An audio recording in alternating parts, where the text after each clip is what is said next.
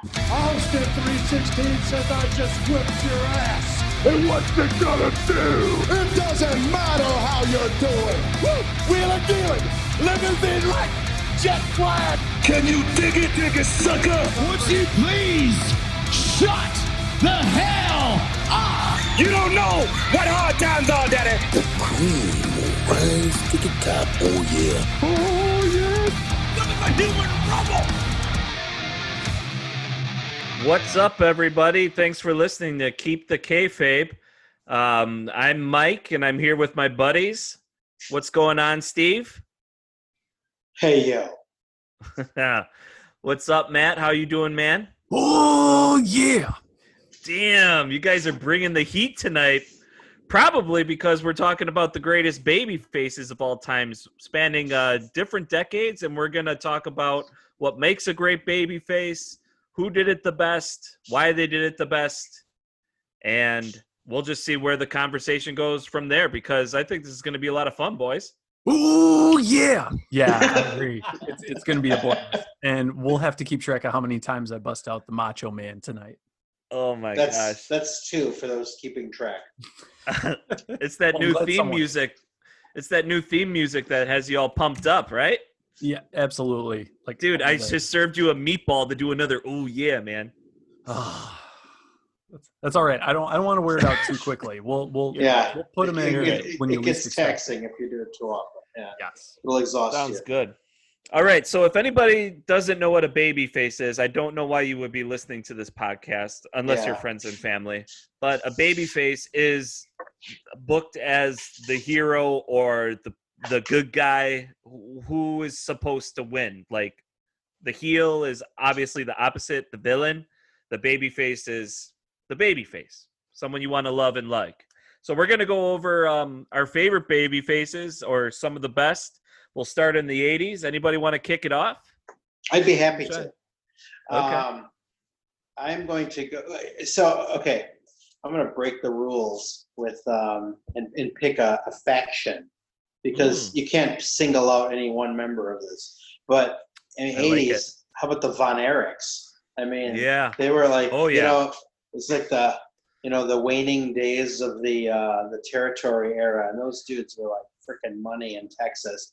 And then, I mean, of course, you can't have great baby faces without just stellar heels. And that was, great point. The Von Erichs and the Freebirds just tore it up. Tens of thousands of people watching them in Texas, and we all know the tragic way that all but one of the Von Erich story ended. But, so sad. Man, those guys were so money.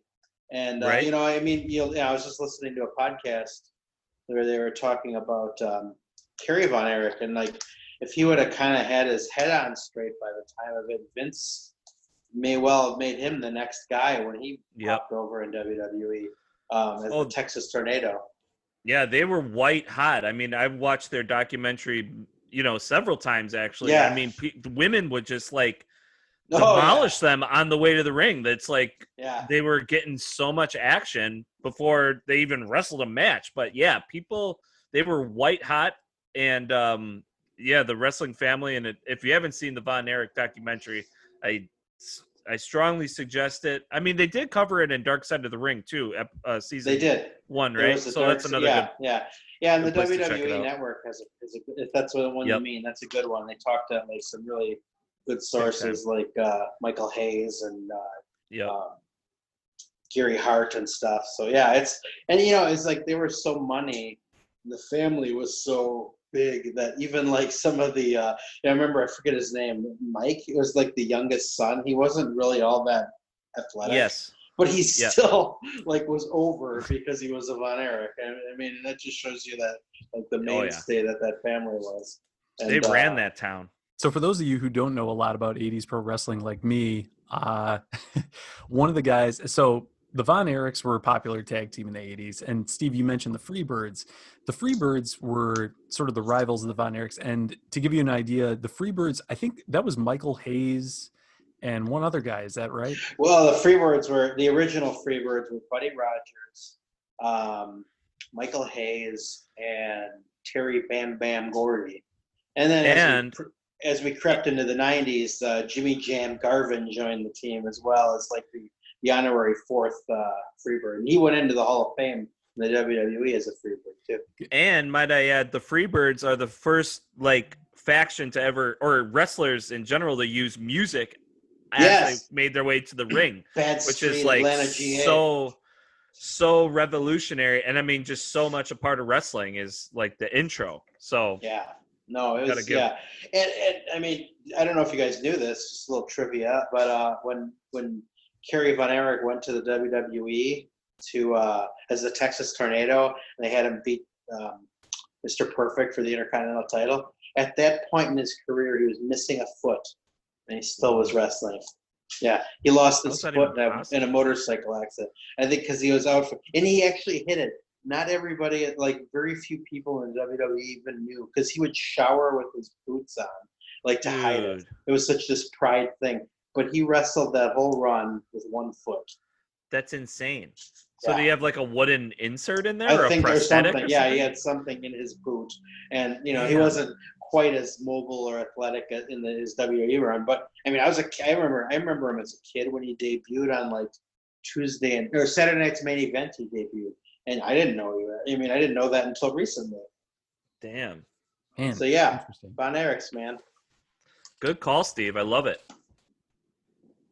Matt, you got one for us, bud? Oh, yeah, I got one. Oh, yeah, buddy. And shockingly, it's not the Macho Man. So I'm actually going to, for those of you who have listened to other episodes of this podcast, this will come as no shock to anyone, especially with our focus on the 80s. But as you all know, the Ultimate Warrior in the late 80s, early 90s was my guy. And what made him unique, I think, of all the baby faces that were out there, his matches were not anything great, and I really realize that now, especially going back on WWE Network, watching matches from back in the day. But I think what was really interesting is he actually beat Hulk Hogan at WrestleMania and became a double champion before being a double champion was even cool, right? Like, I feel like it's a dime a dozen right now if you watch main roster WWE, but at the time it was very rare, unoccasional, didn't happen at all. So, to me, that was like the biggest moment in my childhood when it comes to pro wrestling, was that moment. Now, despite all that, I feel like to this day, even you look back, and especially at that time, Hulk Hogan was the guy. And, obviously I'm sure he needs to be an honorable mention from us. He's almost like in a level above. He Right. was going to be mine, but I have a backup for the Okay. 80s. Okay. So, Yeah. So but go ahead. So the Ultimate Warrior, Hogan, I mean, WWE was willing to put him on that level with Hogan, put him over at WrestleMania, which is a huge deal. So, obviously you can't really talk about 80s pro wrestling without the Ultimate Warrior. I think that's a Absolutely. completely legitimate choice. We know now what we didn't know as kids, and as kids, I think most of us were just mesmerized by that character and how like he was larger than life. So you can't take that away from the moment. Like, when I was a kid then, I didn't realize that he sucked or that he was kind of a jerk. But it didn't Oh, I matter. hear he's a huge asshole. JR Yeah. can't stand him. Mhm. Yeah, I heard his Um, podcast. Yeah. He and the Ultimate Warrior was one of those guys for me too, where like you said, Steve, just mesmerized. Like when that music hits and he runs out and the face paint, the colors. Yeah, I mean, he was up there for me as well. So I had Hulk Hogan as the baby face of all baby faces in the 80s, and he probably is. I mean, wrestling Pretty hard to top. wouldn't be wrestling without Hulk Hogan. So we owe him a major debt. Was he the greatest wrestler? No, Didn't need but to be. he told a story, and he had such a grip on the crowd that it's literally a phenomenon. I mean, you could go all over the world and people are going to know who Hulk Hogan is if they didn't even speak English, and you would know Still. who Andre the Giant is because of with the rivalry. Everybody knows who Hulk Hogan is. Everybody knows who Andre the Giant is. The guy is pretty much the GOAT of baby faces in the 80s. But one guy that I did want to mention as my top baby face too, kind of a dark horse, but Ricky the Dragon Steamboat. I Mm. think Yep. he never really got enough credit for the matches that he had with Ric Flair. Plus, during the 80s, Bruce Lee was so hot, and like Bruce Lee's bod was just like cut. Ricky's was cut. He was a good-looking guy. No better arm drag in the wrestling game than Ricky the Dragon Steamboat, in my opinion. But he would wrestle, 6, 7 days, 8 days a week, hour-long matches with Ric Flair. Woo! One of the greatest of all time, mostly heels. But, I mean, Steamboat was the fucking shit. Like, you just knew what you were getting every time you watched him. And when you would watch him, you would just be like mesmerized. So yeah, he was one of my favorites growing up, and I think he's a great babyface to mention. And Ric Flair has cited him as his greatest opponent of all time. Yeah. What does that I mean, say? they would choreograph like 70 different spots for an hour-long match, and Ricky would like know exactly where everything was at all times because Rick was getting shithouse hammered all the time. And Never a heel his whole career either. That's what I mean. Like, that's why I wanted to bring him up. Yeah. Like, he is like a babyface. You never hated him. And then he would bring his little kid down to the ring. And he had his fat little cheeks, and he put him with the headband and the gi for the karate gi. And his wife came out too. And I mean, she wasn't all that hot, but he was a family man. You got to fall in love with him. Bonnie. Yes, Steve. And I heard when he would drink the stuff. Oh, when he spit did the out, flame, yeah. He said he hated that because then his mouth, he would have to wrestle with that taste in his mouth the whole match, and he was just like, I just wanted to drink like a whole bunch of water, so I hated doing that fire bit. But as a kid, fire breathers in a dragon costume, it was cool as shit, right? Yeah. Yeah. Ricky the Arm Dragon Steamboat. It actually took me quite a while to actually watch any of his matches. When I was younger, I just, for whatever reason, missed them.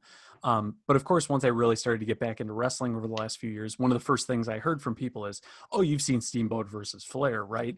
So one of the first things I did, and to our listeners out there, if you haven't seen a lot of Ricky Steamboat's matches, or any of them for that matter, go on WWE Network and find Ric Flair versus Ricky the Dragon Steamboat. There's a trilogy of matches that they wrestled in the late 80s.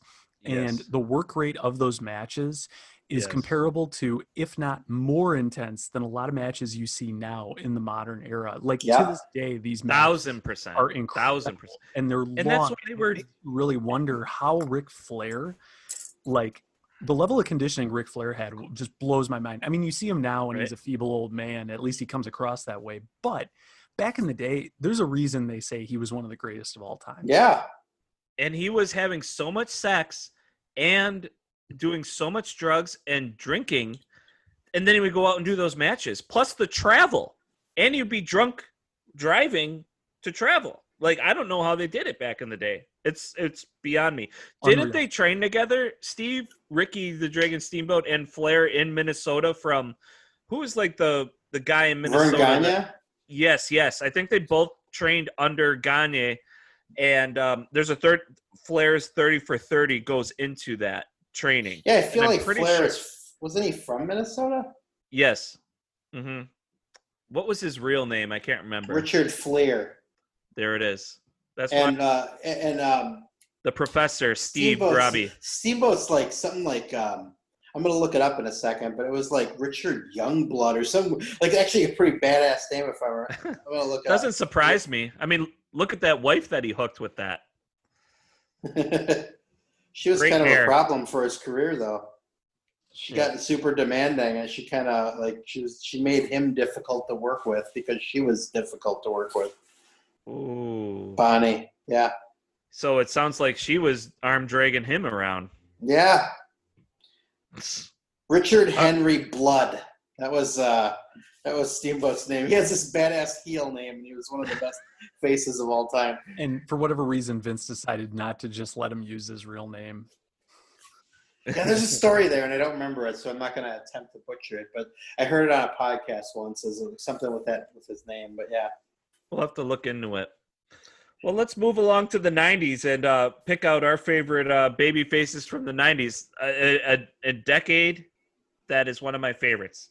Yep. I mean, Steve, do you want to lead us off? Yeah, I got 4 listed, but I'm just going to pick one, and I'm going to pick the Stinger because Yes, absolutely. early 90s, he was carrying the torch for WCW with the surfer Yes. gimmick. And then as we moved into the Nitro era, he was a face the whole time. And then, of course, WCW let him down and treated him like shit and then thought he betrayed them when he didn't. So then he turned into Pro Sting and then became the number 1 face of of wrestling because that was when WCW was on top. But, yeah, I mean, another guy. I feel like maybe in the stupid Vince Russo era, they tried to make him a heel and it didn't work. And I feel like maybe TNA had like a flirt where they tried to make him a heel. Otherwise, his entire career, he was a good guy.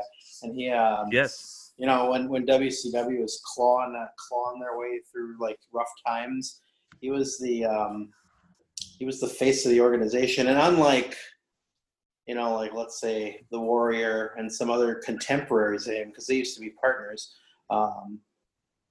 he was this untapped talent, but I think through feuds with Flair and stuff, that dude got legit good. And I mean, we talked a couple weeks ago about his feud with Vader, and that was, that was him that was when Flair was gone and he was carrying the company. And I mean, he did it. And, yeah, he would have that, that Stinger comeback in matches where he would do the ow and then start hulking up, quote unquote. And yeah, man, he's to this day, he's on my Mount Rushmore of favorite wrestlers. Yeah, he was big for me in WCW. That was the guy I would watch every Saturday at church in the rec room.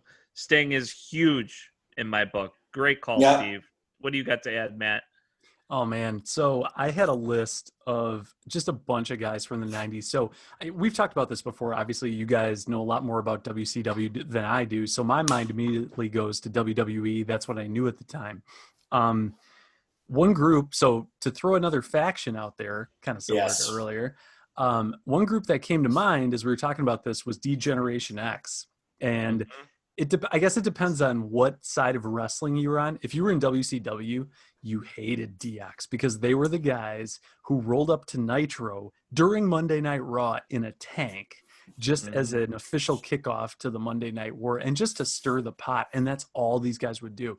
And if you are a little bit younger and haven't watched the Attitude Era or don't really know a lot about DX, the names and the people in that faction, I mean, it's like they're almost legendary now. Like you have Triple H, which everybody knows who he is.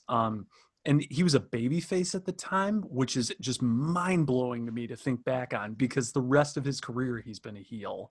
So you have him. Started as a heel too, as Hunter Hearst Helmsley, like the Blue Blood. Remember when he was all snotty and snooty?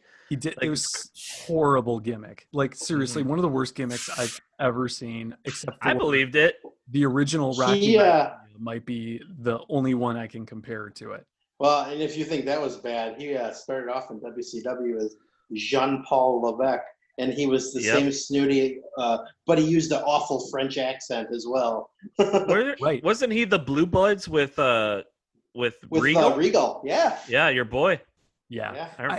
I think wasn't he also? I think Triple H when he first debuted in WCW wasn't he? Didn't he have a crazy name like Terra Rising or something like that? Yes. Yeah, and I don't remember which league it was, but that was his first name. Yeah. Right, and I've heard that actually he got over as that character a little bit, like sort of in the mid card or the lower mid card. I don't know how much truth there is to that, and then because obviously they turned him into Jean-Paul Levesque afterwards, and we might not all know how that went, and there's a reason for that. So you have Triple H and DX. You have X-Pac, a.k.a. the 1-2-3 Kid, a.k.a. Sean Waltman. Who was an awesome babyface in early 90s. Yes. Loved him. Babyface. I think, so you have him, you have the New Age Outlaws, the Road Dogg, who's now one of the producers for WWE, and Billy Gunn, who's now in AEW, still wrestling to this day, still jacked. Unbelievable. Oh my God, Jack. I saw him at StarCast. First of all, he's like so tall compared to what I would have ever imagined, and he's ripped to shreds. Yes. Yeah, he's huge. He's like 6'9" at least, right? Like he's really tall. He's I pretty never tall. really gave Yeah. him enough credit for that. I know. Anyway. I don't know what height they bill him as, but yeah, if you watch him on AEW, he just towers over everyone else, which back in the day in WWE, that wasn't the case because obviously it's the land of giants. Yeah. But so you have the New Age Outlaws, just an awesome tag team that just you couldn't help but laugh at when they would come out because their entrance was so entertaining. They were sort of, I would compare them to like the Enzo and Cass of their day because they would just cut this awesome promo every time they Or come the out. New Day. Like they would do their intro backstage, kind of like the New Day does now. Yes. And everybody would go along with it. So yeah, they were kind of like the first to get that ball rolling. Yes. One of the first tag teams to get the crowd to recite Respond. every word of their promo. So you have them, and obviously one of the greats of all time, Shawn Michaels. So, Yep. so this incredible faction of the '90s. Again, if you're younger and you watched a lot of Attitude Era wrestling, quite frankly, the wrestling was meh. It was okay. A lot of the storylines, though, like probably would offend most people today. But if you don't mind that and it doesn't bother you, definitely entertaining. Go check it out. Yeah. Well, so they were like heels that you loved, and I only wrote one '90s wrestler down, and you know it's my boy. It's HBK. Even though he's the sexy boy, women love him, men want to be him. You would think he's a heel, but towards the end there, when he would do those matches with Bret Hart, what was it, WrestleMania 12, when he was with Jose Lothario for the Iron Man match? I mean, it was like Rocky versus, Apollo Creed kind of build status. He was the hero in that for sure. And I mean, he's been my favorite wrestler forever. He's my all-time fave. And just the intro, he had it all. I think a babyface has to have a great name, great look, being able to execute, great on the mic. He had it all. I mean, he's so entertaining. He wouldn't even, it's like he didn't even have to try. It was just so natural. I've never seen a more natural wrestler than I think Shawn Michaels. Yeah. So to me, he was the baby face. I mean, he did play a heel with Diesel, and talking crap about, other guys and how women are just all into him. Well, you know what? I'm okay with that, Sean, because I give it up to you, dude. So yeah, HBK, babyface of the '90s for me. Yeah, and I think I totally get that Iron Man match. I did watch that later on in life, and watching it, I never realized Shawn Michaels had such a great amateur wrestling repertoire. Like if you haven't seen this match from WrestleMania 12, the Iron Man match, go back and watch it. Shawn Michaels is really well known for doing a lot of dramatic moments, working up the crowd, these amazing entrances, stuff like that. But you watch the first 10, 20 minutes of this Iron Man match. I mean, the moves he and Bret Hart exchange and just the chain wrestling they go through, you start to realize, wow, there's a lot more to this guy than I even thought. And that's saying a lot, even at that time. And they really hated each other too, Bret and Shawn, during that time. Like they couldn't stand one another on a human level. I think they obviously respected themselves or one another as wrestlers, because they wouldn't have been able to pull off those matches that they did, and we wouldn't be talking about the rivalry today. But on a human level, they just did not. They were not copacetic. Right. Yeah. Good calls, guys. Do we have anything to slip in with the '90s, or should we move to the 2000s? I mean, if we want to throw some extra names out that we don't have to spend any time on, I just wrote some Yeah, things go ahead. for thought. DDP. Yeah. Tommy Dreamer. Okay, nice. And the Steiners. Yes.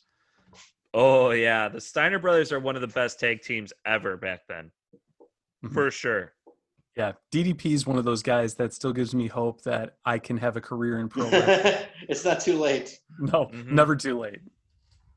Yeah, DDP was on my list as well, as someone to bring up.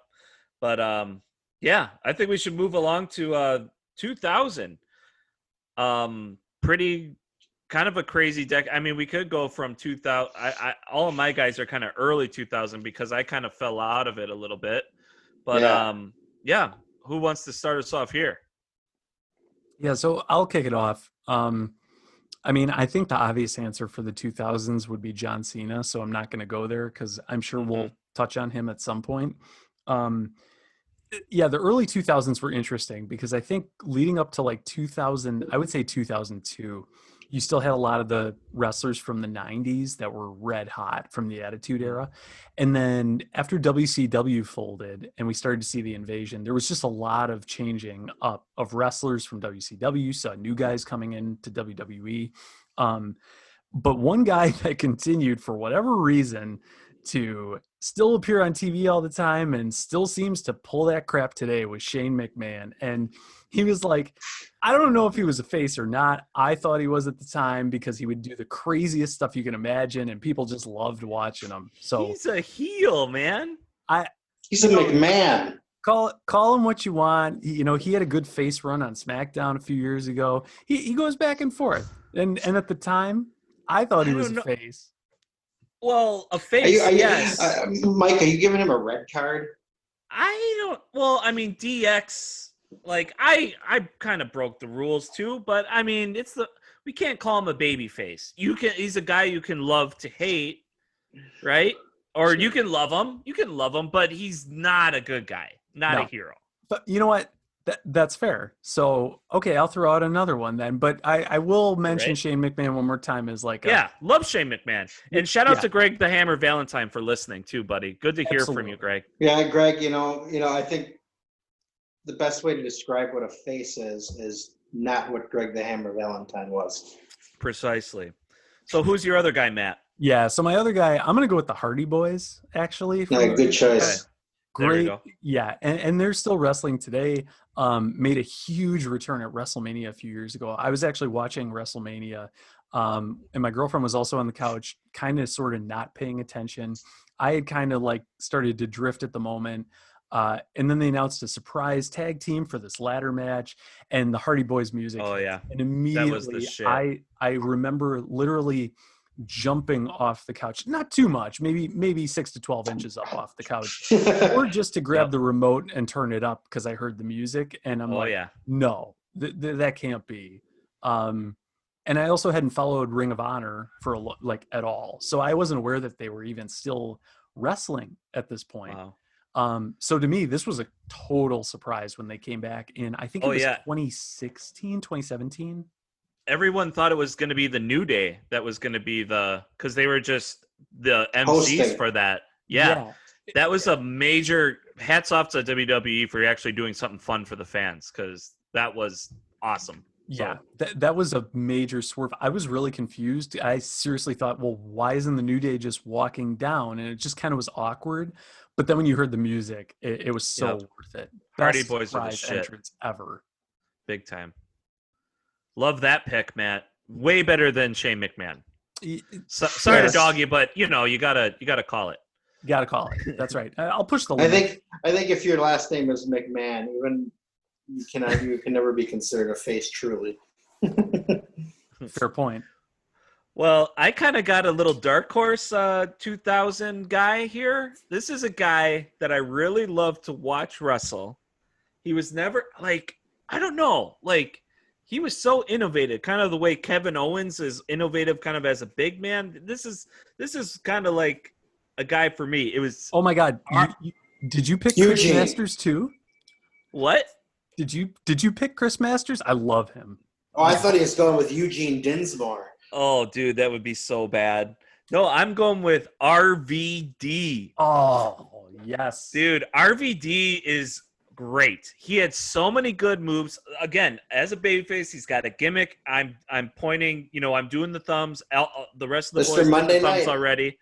Mr. Monday Night, it's me, it's RVD. And when he would hit that frog splash and pretend to hurt his stomach, every damn time. Every time. And it's whoa, maybe he really did break his ribs. He was awesome. He pulled out these moves with the chairs. I mean, I know he was big on ECW, but I didn't watch that. At the time. He was big in WWF too. Oh yeah, dude, won the title. I just think he doesn't get enough shine on how good he was, and I know he's a huge pothead. And he's still wrestling. Is he? Yeah. No way. Yeah. Where? I want to say he's shown up at maybe an Impact recently, but No way. he's still going. Dude, I just think his moves were just really creative and very refreshing. And I mean, there's a lot of, during that time, there's a lot of flips and a lot of extreme stuff. Well, he fit that. And like, he was relatable. And those airbrushed singlets with the yin yang and the dragons. Yeah. I'm into it, dude. Yeah. He With was the ponytail, kind of a beefy boy too, pulling off all those moves. Yeah. Had a little meat on him. Yeah, and you know what's funny? At the time, it didn't even seem like that, but now you go back and compare him against some of the talent nowadays, and yes, his size, He was the moves he was doing is awesome. Yeah, he had some major wind and endurance to pull up some of these moves for the amount of time they did with that body type. I mean, Jeff Hardy, the dude, I feel like you could mess that guy up all day, and he'd still have the breath to get up to a 25-foot ladder and do a Saitan Bond. RVD would do the same, but he was nowhere near same body type. So that's my pick. Good pick. I like it. Mm-hmm. What do you got, Steve? It's very difficult for me to do this era because for the vast majority of this era, I did not watch wrestling. Mm-hmm. So, just the name that popped in my head is Mysterio. Like, I think, he had a title run in there. I mean, he was always the ultimate. Even when he was the champion, he was always the underdog and the overachiever. And I mean, he was awesome. And I guess that'd be the '90s, but he was awesome in his up and coming years in WCW. Right. And then by the time he came to WWE, they hot shotted him. And he was, I'm sure there's better ones, but I mean, just with my limited sample size. I'm going Mysterio. Well, yeah, those early 1996 WCW matches. Didn't he join he removed his mask for a little while, and he did become a heel a little bit, where he played. Early, maybe I think the waning days of WCW. It was the Filthy Animals or something like that. I think, or I don't remember, but there was some faction he was part of. Yeah. But other than that, you're right. I mean, the dude was always the underdog, still is, and he's still wrestling. I think he's hurt right now, but you can't say enough about the guy. No, and he started off 18. That's why he's not, even though he's still around, he's not as old as you'd think. He's I want to say maybe early mid 40s, but he's just been around forever. Right.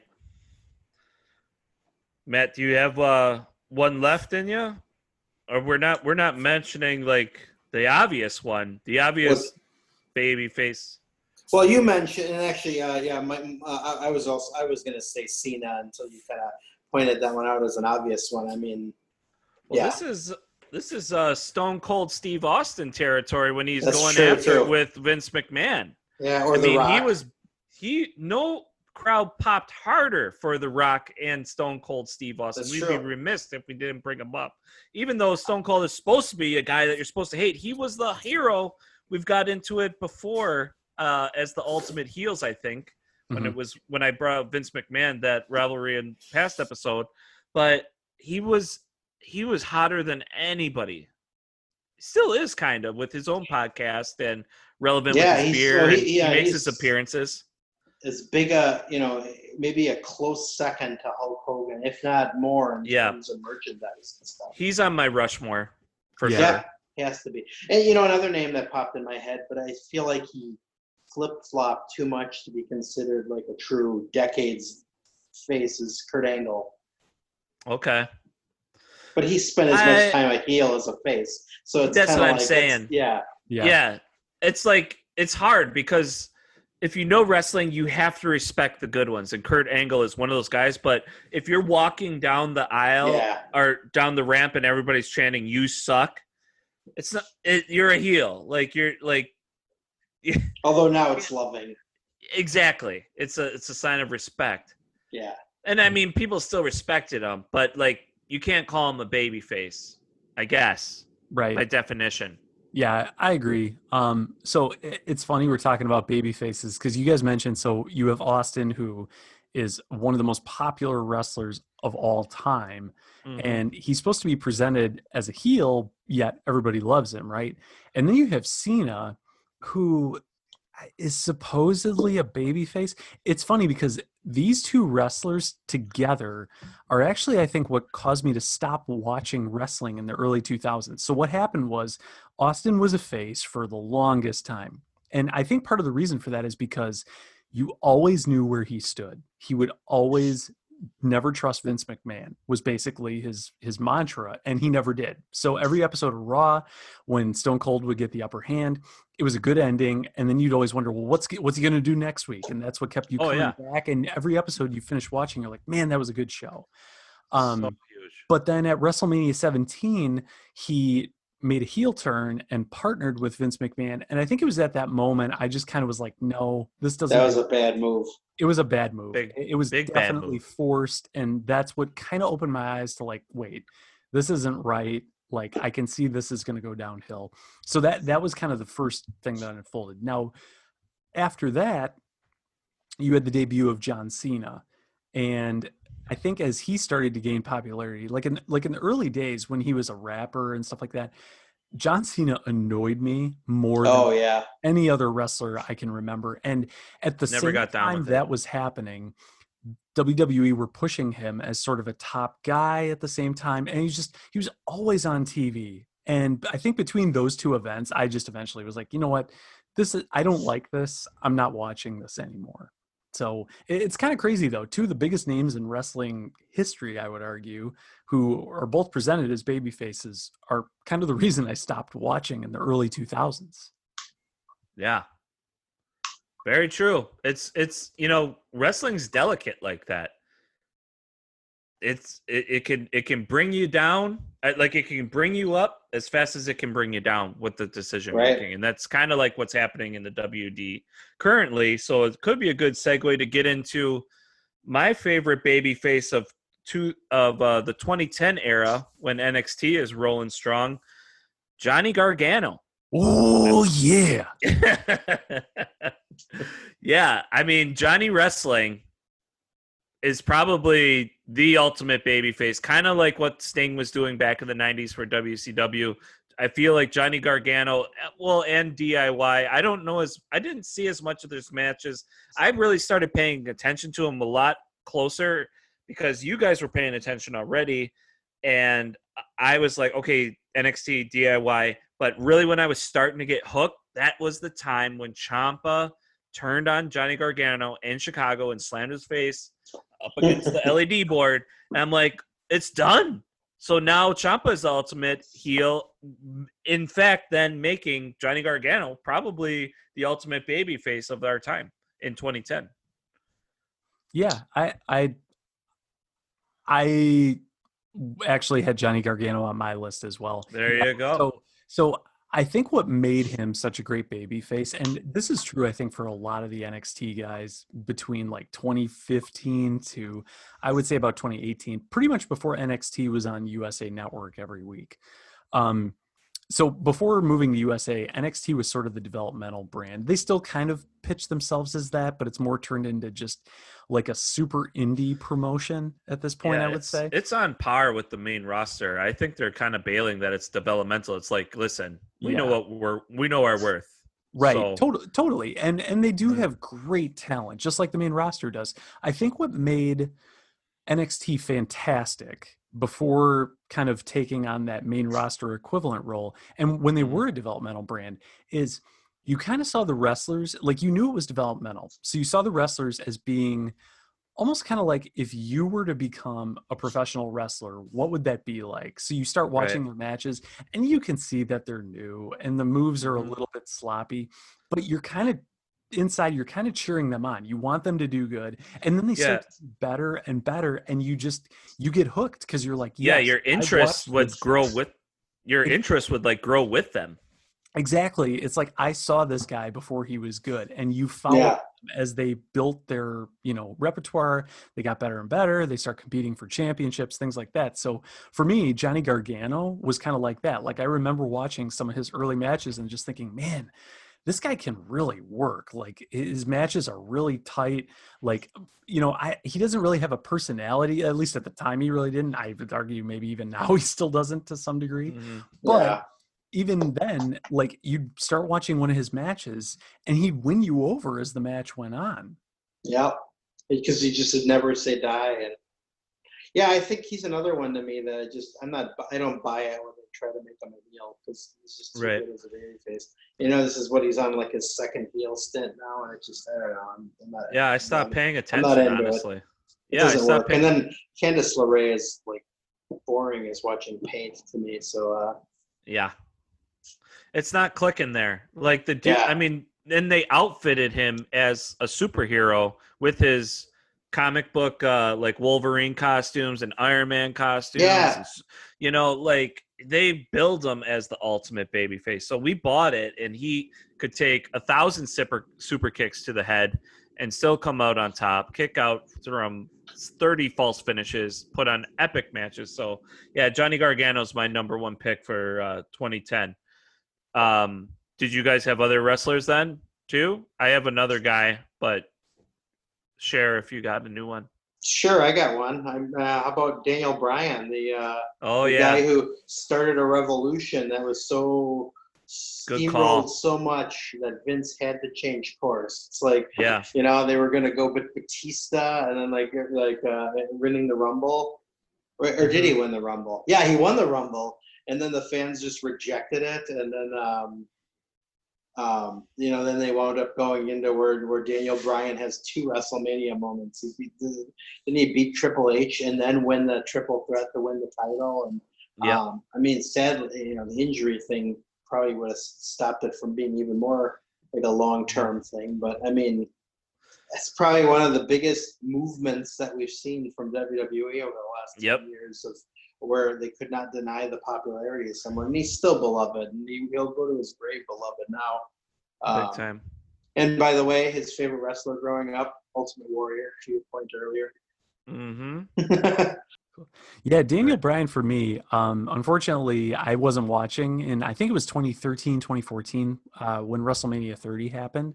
So I had to actually go back and rewatch some of that year, like his victory over Randy Orton at SummerSlam was a great moment. And then immediately they took the belt away from him and put it on Orton. So, then you had this long-term run to WrestleMania 30 where, just like Steve said, he had to beat Triple H, he had to beat Batista, like this triple threat match, like 2 matches in one night. And he overcomes all odds. Like, what a great storyline. Big time. Part of me wishes I really would have been into it at the time, because I don't feel like we've had a storyline like that since. I think, for me at least, the thing that comes closest to it would have been Johnny Gargano versus Tommaso Ciampa in like the 2018 time frame. So I feel like every 4 or 5 years, WWE does something great. And I really hope, it starts to become more frequent than that. If it doesn't, man, call me in 2022 and I'd love to see what they come up with. But yeah, Daniel Bryan, unreal. Great call. Yeah, definitely agree. I mean, as a babyface, we kind of keep mentioning it. You kind of always have to have some kind of signal that the crowd can like relate to and do something simple and easy and straightforward. And then that's when you got something. And Daniel Bryan with the yes chant, undeniable. I have one more for 2010. This is a guy that I think can do no wrong. If he committed a crime, I think people would even look past it. Kenny Omega. For everything that he's done and these 7-star matches, 6-star matches, the look, the ability, the storytelling, the cooperation that he has in the ring with everyone. I mean, he's loved from around the world, and by wrestling fans that are way, way deeper than us. We'll say this guy is probably the ultimate wrestler. Is he not? Yeah, there's a lot of other podcasts out there that just will rave about Kenny Omega. And I don't think I've heard anyone say anything different about him. It's interesting. And I've tried to figure out what it is specifically about him that makes his matches so good. And especially for like critics to really rave about them. So for those of you who haven't seen his matches, every Kenny Omega match ever is at least good. Like I've never seen a bad Kenny Omega match ever. His style is very explosive. So I think that's part of what makes him stand out from everybody else and makes all his matches really exciting is, you know, if he's whipping someone into the ropes or he himself is running the ropes, he goes as fast as he can, but he can stop on a dime. Like the first step of everything he does is just so dramatic and like like Sonic the Hedgehog. That unique movement. It is. That's a great point. He'll really, it's almost like he's telegraphing what he's going to do to some degree, but at the same time, it adds so much to it. Like so much little thing theater he does seems like it has meaning. And I think that's what makes him right. great and what makes a lot of people really get into him. Right. Totally. Yeah. He is, I mean, like I said, he's got the look, he's got the ability, the body type, the gimmick, the intro, the legacy that he's built in New Japan, carrying it over to AEW. I really think they haven't used him to his full potential, but I think he's okay with that while they build other stars because he's so over with the wrestling community. We're only going to see greater things from him. I can't wait till when we actually do, but I think those days are coming for sure.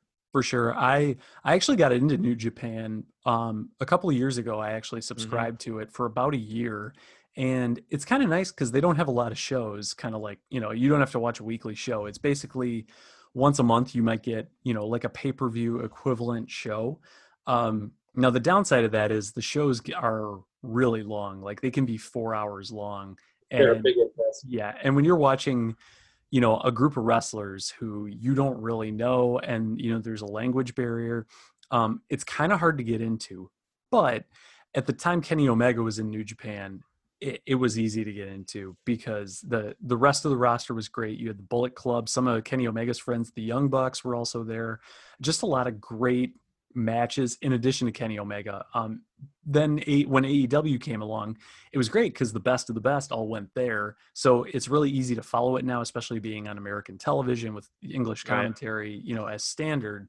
But yeah, Kenny Omega definitely helped elevate New Japan, even to the point where someone like me, who's a big wrestling fan, but not, you know, like a diehard trivia know-it-all, you know, knew enough to watch that and actually watched it. I think this was a good one here, boys. We covered a lot of great names, covered a lot of great moments in wrestling by covering some of our favorite baby faces through the decades. If anybody else has anything to add, do you think that's it? I mean, I think Greg the Hammer Valentine could have been the top face in the business if that's the direction he wanted to go. Definitely the best looking. Yeah. For sure. Oh, yeah. Absolutely. Well, this was a fun one, guys. Really loved talking over some great moments in wrestling and can't wait for the next one. As always. Awesome. Well, thanks for listening to Keep the Kayfabe. We'll be coming at you again next week. Peace. Oh, yeah.